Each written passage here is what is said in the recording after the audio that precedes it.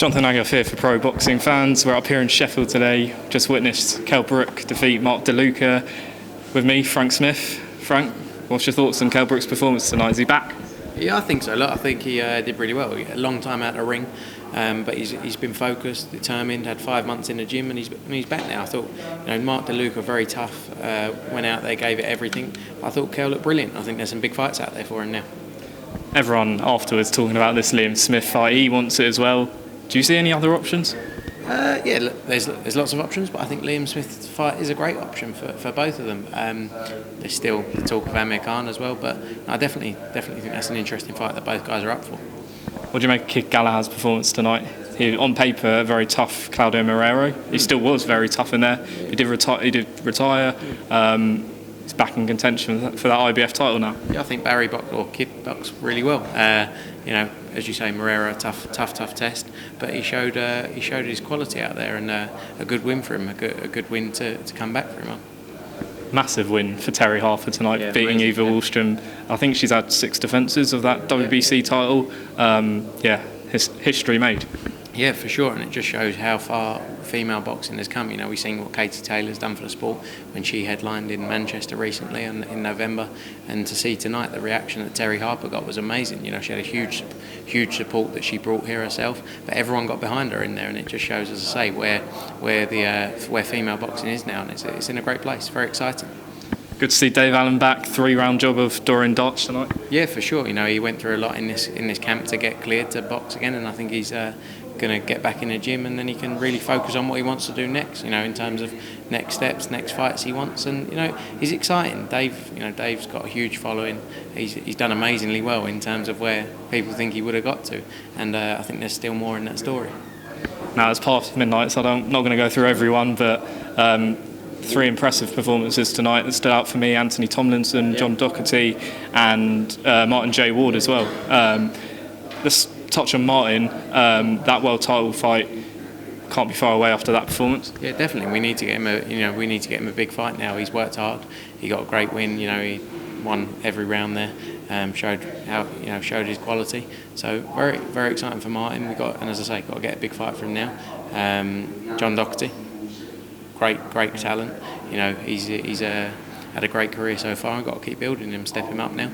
And the Tomlinson fight, another very entertaining fight. The crowd really got behind that. Unfortunately, I missed that one. I was running about backstage, so I'll have to watch that back. But no, a great card. Dante Dixon as well on there, looked good, and Callum Beardo as well. But a huge travelling sport. It was amazing to see. I think we had something like 1,500 people in there at about 5 o'clock, which people who come to boxing see it. It's not, don't always have that. So it was great to have great support throughout the night, and a great night of boxing, and great to be back in Sheffield. What is coming up? You've obviously announced tonight Josh Kelly and David Avanesian.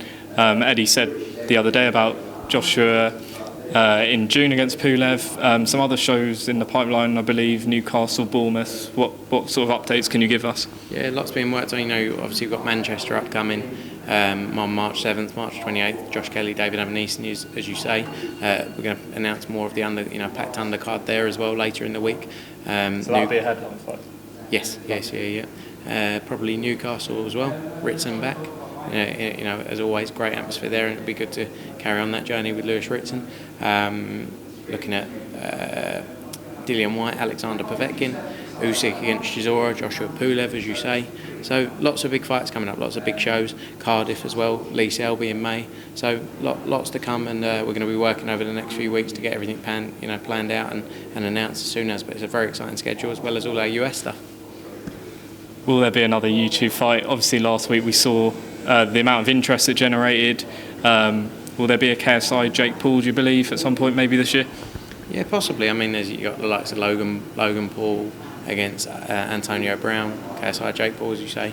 We have to, we'll review it, fight by fight, and make sure that we believe that both guys are going to give it everything, but no plans, no set plans just yet. But we're still looking at, DAZN are very interested in it, of course, and you can't hide away from the numbers and the interest it brings into the sport. We had people at the last show who came up to us and they were like young kids, and they were saying, I only took it up because of these guys.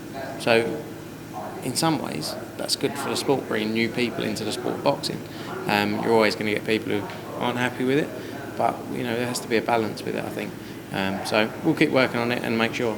We only want to put on fights that we believe will work well. Unfortunately, the one the other week with Gibb and Jake Paul, it didn't quite work as well as it could have done. So, but we'll keep reviewing that situation.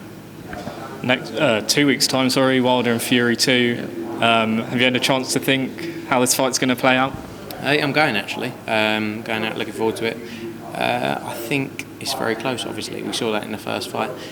Wilder is dangerous from the first second all the way through to the end of the fight, and Tyson Fury showed just how good he is. But I think it's going to be a very close fight. I'm going to sit on the fence with that. This fence here. Final one.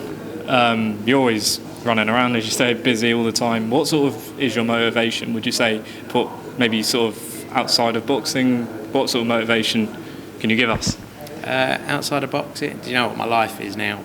Boxing and the business, but I think my motivation and what keeps me going is just, like you see nights like tonight where you walk out, you got 7,500, 8,000 people in there all having a great night. That's what we get to see straight away, the success or the failure of what we do. That keeps me going. I don't want to ever see any of these fail. So I want to keep building the sport, keep growing the sport globally, and just the success of it. I think I enjoy being able to see what we create as a business. It's very exciting, and we're going to keep pushing hard.